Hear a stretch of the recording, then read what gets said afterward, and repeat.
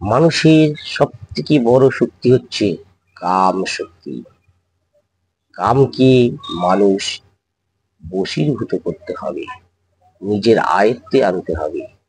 আর এই কাম মানব জগতে সৃষ্টি তৈরি করে। এই কামই মানবের সর্ব শত্রু এবং এই কামই মানবের সর্বমিত্রতা। এই কাম দিয়েই মানবের সৃষ্টি তৈরি হয়, আর এই কামই মানুষকে সর্বনাশের পথে এগিয়ে দিয়ে যায়। তার সঙ্গে পঞ্চ ইন্দ্রিয় দ্বারা এই কাম শক্তি ভাব আসে। কাম পঞ্চ ইন্দ্রিয়র মাধ্যমে এই শক্তির তেজ তৈরি হয়।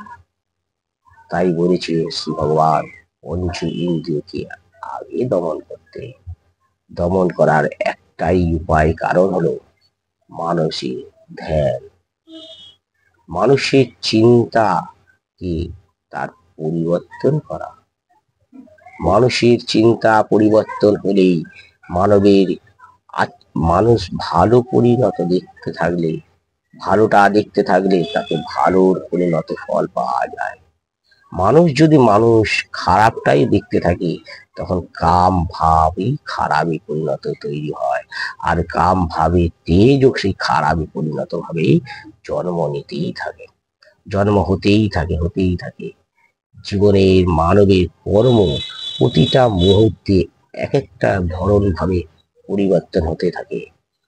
আমি সেদিনকেও বলেছিলাম, মানুষ প্রতি মুহূর্তে মরেন, আবার প্রতি মুহূর্তে মানুষ হাজার হাজার বার জীবিত হয়। কারণ এই কাম ধারায় মানুষের প্রতি মুহূর্তে মরণ হয়, আবার প্রতি মুহূর্তে জীবিত হয়। আবার এই কাম ধারায় মানুষের বাক্য, ব্যবহার এবং রাগ, ক্রোধ, জিদ, এই সমস্ত কিছু কাম ধারার মাধ্যম দিয়ে হয়। এই কামকে বশে করতে পারলে মানুষ ধীরে ধীরে শান্ত হয়ে যায়, মানুষ ধীরে ধীরে জ্ঞানী হয়ে যায়।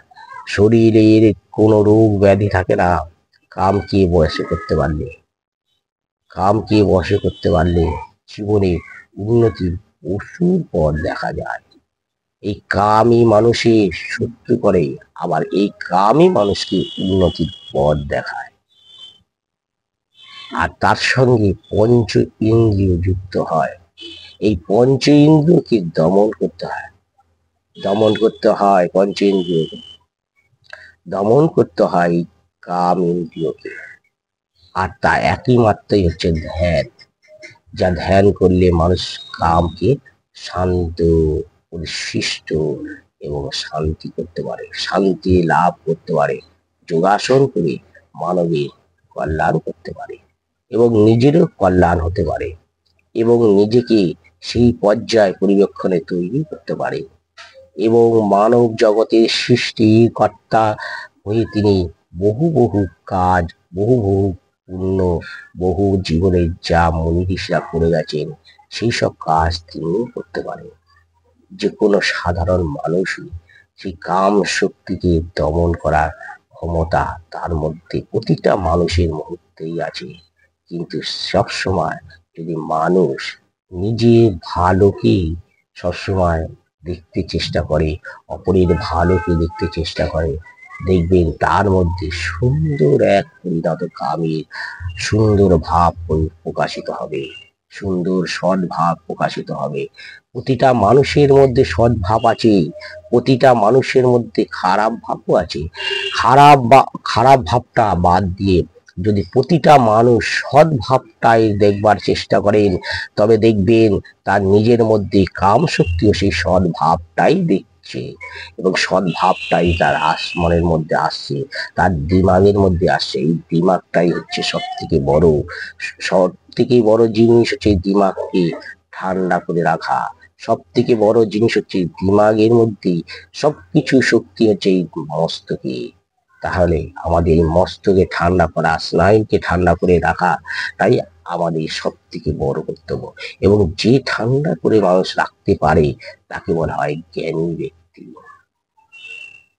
কারণ সে বুঝে শুনে এবং সে বুঝে শুনে কথাবার্তা বলে, এবং তার মধ্যে দিয়ে প্রচুর জ্ঞানের আবির্ভাব সৃষ্টি তৈরি হয়ে থাকে।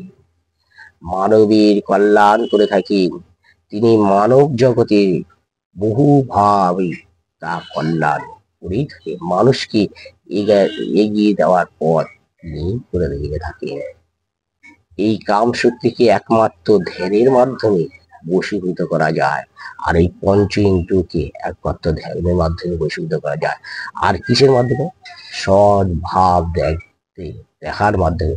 পঞ্চ ইন্দ্রিয়কে সবসময় সৎ ভাব দেখাতে হবে এবং সৎ কথা শুনতে হবে এবং সৎ মানুষের সঙ্গে চলাফেরা করতে হবে এবং সৎ সবসময় ভালোটাই দেখতে হবে।